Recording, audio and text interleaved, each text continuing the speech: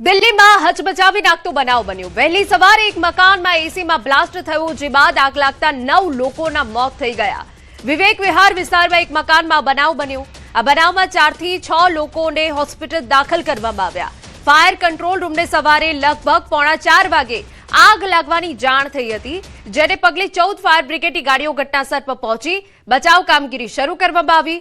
Fire વિભાગના જણાવ્યા અનુસાર આગ બિલ્ડિંગ B13ના બીજા માળેથી શરૂ થઈ ધીમે ધીમે સમગ્ર બિલ્ડિંગમાં ફેલાઈ ગઈ। લગભગ 2.5 કલાકની મહેનત પછી સવારે 6:30 ની આસપાસ આગ પર કાબુ મેળવી લેવામાં આવ્યો, પરંતુ ત્યાં સુધીમાં નોંધપાત્ર નુકસાન થઈ ચૂક્યું હતું। તો બચાવ ટીમે 14 થી 20 લોકોને બચાવ્યા હતા। સ્થાનિકોના મતે આગ એસી બ્લાસ્ટના કારણે લાગી હોઈ શકે। વાત હવે બનાસકાંઠાની કરીએ। પાલનપુરના કાણોદર ગામે મકાનમાં એસી ફાટ્યું। બે અલગ અલગ તસવીરો અમે આપને બતાવી રહ્યા છે કે જ્યાં એક તરફ દિલ્હીમાં પણ જે ઘટના બની છે એસી બ્લાસ્ટના કારણે બની, જેમાં 9 લોકોના મોત થઈ ગયા। બીજી તરફ બનાસકાંઠાની આ ઘટના છે। પાલનપુરના કાણોદર ગામે પણ મકાનમાં એસી ફાટ્યું। એસી ફાટતા ઘરમાં શોર્ટ સર્કિટ સર્જાઈ। ઘટનામાં નાસિર ખાન નામના યુવકનું સારવાર દરમિયાન મોત થયું।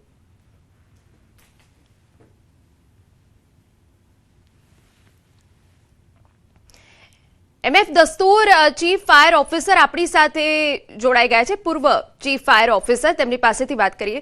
સર, ઘણી બધી જગ્યાએ અત્યારે એસીમાં બ્લાસ્ટની ઘટનાઓ બની રહી છે, એની પાછળનું ચોક્કસ કારણ શું છે? જો પંખો હોય કે એસી હોય કે કોઈમાં બી એક તો એનું કેપેસિટર આવે છે। એ કેપેસિટર જો સારી ક્વોલિટીનું ના હોય તો આ બધું શક્ય છે, કારણ એની અંદર લગભગ 250 મિલીલીટર જેટલું ઓઇલ આવે છે અને એ જો ગરમ થઈને બ્લાસ્ટ થાય તો એમાંથી સીધો ભડકો થઈ શકે। આ કેપેસિટર પ્લસ એસીની સર્વિસ કરાવવી જરૂરી છે, કારણ એમાં જે ગરમી એક્સચેન્જ કરવા ગેસ વેપરાઇઝ થાય છે, એ વેપર વધ્યા કરે વધારે ગરમીને લીધે અને કમ્પ્રેસર એને પુશ કર્યા કરે તો એ પ્રેશર થાય ને એમાં એની પાઇપો બી બ્લાસ્ટ થઈ શકે છે અને કેપેસિટર સૌથી વધારે અસર કેપેસિટર ઉપર ઇલેક્ટ્રિક લોડ પડે છે, તે અત્યંત ગરમ થઈને બ્લાસ્ટ થઈ શકે ને એને લીધે આગ ફેલાય। તો આ બધું એક માપમાં તમારું એસી પણ હોય તો બહુ ગરમી હોય અથવા ઇવન રાતનો ટાઈમ હોય તો પણ એને માપમાં ચલાવાય। બહુ ઠંડુ કરવાની કઈ જરૂર નથી।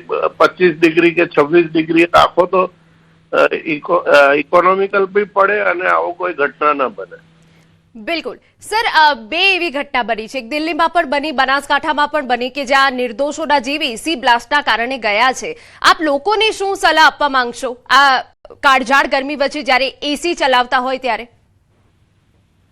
જો રાતનો ટાઈમ હોય ત્યારે થોડું કુલિંગ થઈ જાય છે તો એસીને અમુક ટાઈમ માટે ટાઈમર ઉપર સેટ કરી દો અને ઓછા ટાઈમમાં એ ચાલીને પછી જાતે જ બંધ થઈ જાય, અથવા તો ટેમ્પરેચર હાઈ રાખો એટલે બહુ ઠંડુ ન કરે, તમને માફકસર ઊંઘ આવી રહે એટલી ટેમ્પરેચર ઇનફ છે।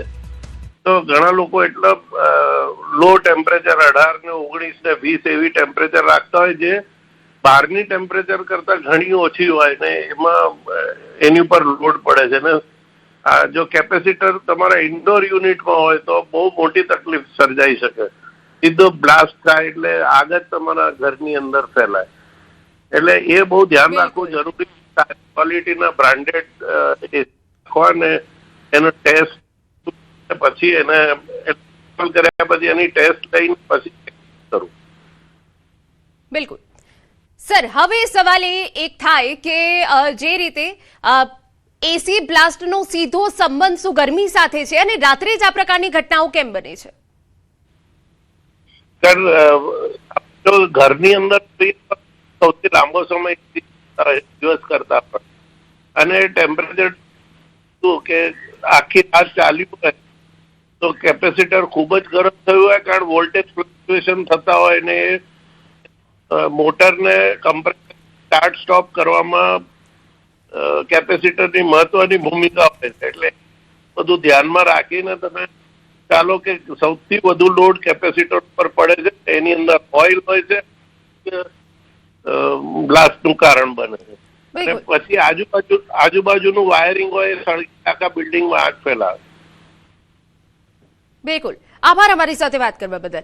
તો બે અલગ અલગ ઘટનાઓ બની છે. દિલ્હીમાં ઘટના બની, બનાસકાંઠામાં ઘટના બની કે જેમાં એસીમાં બ્લાસ્ટ થયો અને નિર્દોષોએ જીવ ગુમાવ્યા છે.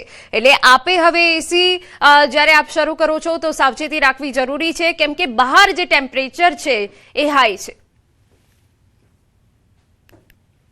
देखिए फिलहाल इस पूरे मामले की जांच की जाएगी, की जा भी रही है और लगातार अभी पहली कोशिश ये है कि जो लोग यहाँ से रेस्क्यू कराए गए हैं उन्हें जो प्राथमिक उपचार दिया जाए ताकि वो जल्द से जल्द उन्हें अस्पताल से डिस्चार्ज किया जाए। लेकिन अभी लगभग पूरी तरह से आग पर काबू पा लिया गया है। आप देख सकते हैं कूलिंग ऑपरेशन लगातार यहाँ पर जारी है। 14 दमकल की गाड़ियां यहाँ पर जैसे ही आग लगी पहुंची थी और उसके बाद उन्होंने आग को बुझाने का यहाँ पर भरसक प्रयास किया।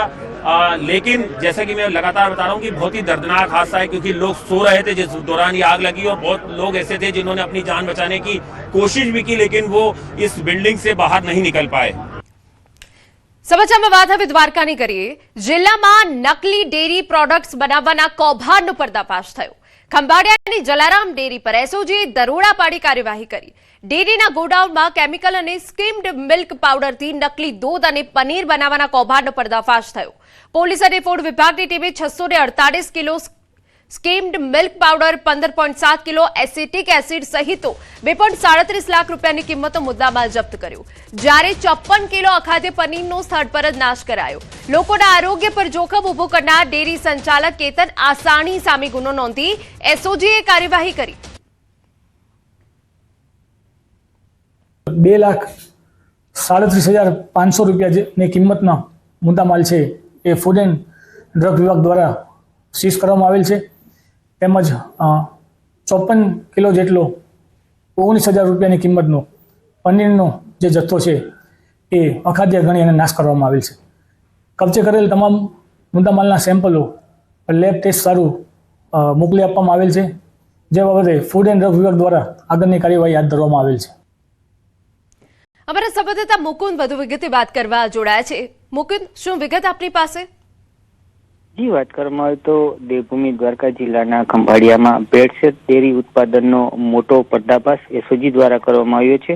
ખંભાળિયામાં આવેલ જલારામ ડેરી ફાર્મ પર એસઓજીની રેડ કરવામાં આવી હતી. આ ડેરીમાં બનાવટી ડેરી પ્રોડક્ટ્સ બનાવાતી હોવાનો ખુલાસો થયો હતો.